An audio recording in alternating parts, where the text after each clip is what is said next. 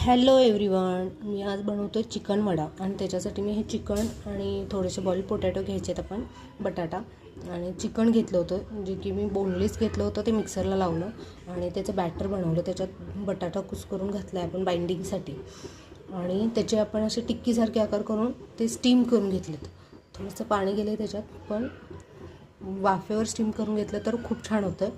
आता हे पाणी आपण जरासं काढून घ्यायचं आहे आणि हे वड्याचं बॅटर जसं करतो, आणि इथं मी वड्याचं बॅटर केलं आहे.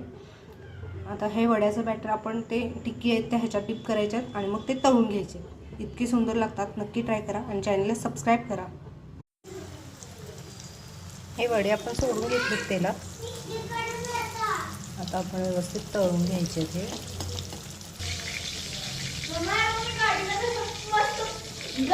McLaren SGT3 ला कसं पार केले बघ.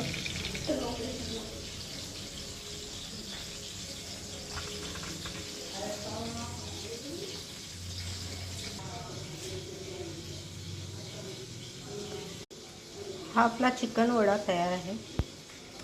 छान खुसखुशीत देखील झाला आहे. नक्की ट्राय करा आणि चॅनलला सबस्क्राईब करा.